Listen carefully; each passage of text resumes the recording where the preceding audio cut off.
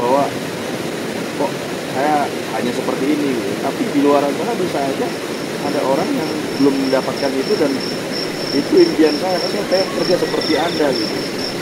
Jadi kalau Anda bilang nggak ini, saya pengen seperti Anda itu. Jadi itu tadi. Karena kalau kita nggak bersyukur nggak akan ada habisnya gitu. Kalau menurut saya. Iya. Jadi emang sekali waktu emang kita harus lihat seperti ini gitu. Merasakan kondisi saudara-saudara kita yang mungkin kondisi nggak punya rumah, yang kedinginan, seperti apa. Betul.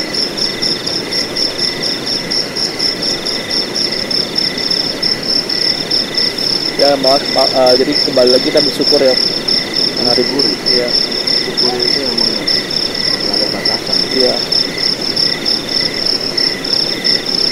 Kadang-kadang kita juga ya namanya dalam hidup perjalanan ada gelombang, kurang, apa, kesulitan, wajar. Tapi ada satu hal yang mungkin harus kita ambil, yaitu Tuhan itu tidak akan memberikan satu kekurangan tapi kecukupan.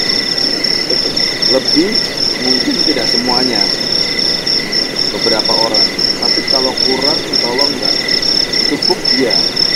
Coba aja kita mungkin dalam beberapa tahun terakhir lah, 1 tahun, 2 tahun, 3 tahun terakhir, kita pernah ngalamin.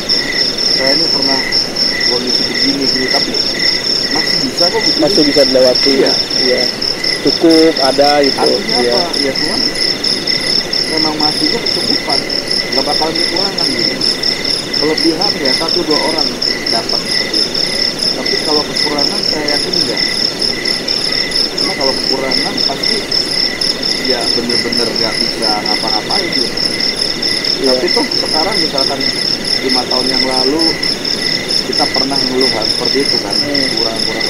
Tapi tuh sekarang masih bisa tuh bekerja, anak kita masih bisa sekolah, Iya. nggak sampai kelaparan juga. Artinya kan berarti kecukupan. Betul.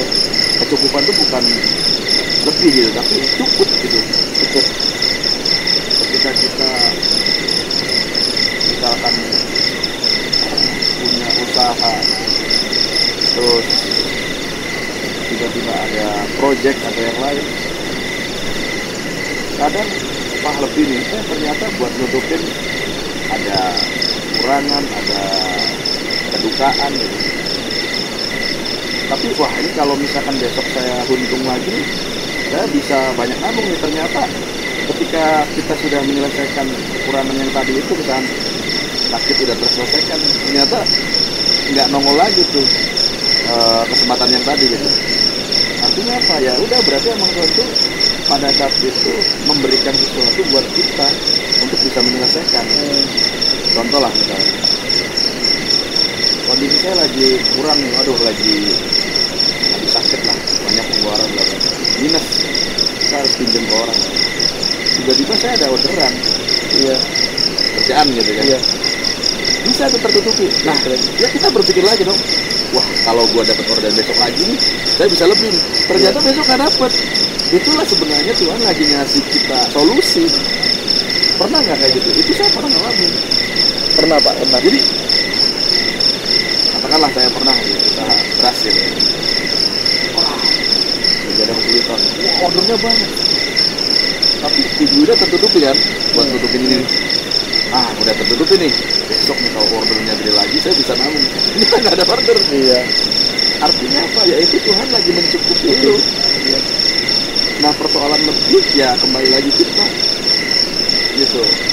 Mindset kita lebih ya. Kalau kita memang ya udah saya lebih. Alhamdulillah saya udah diberikan ini, diberikan solusi, diberikan sesuatu, dapat sesuatu. Ya itulah kelebihannya gitu.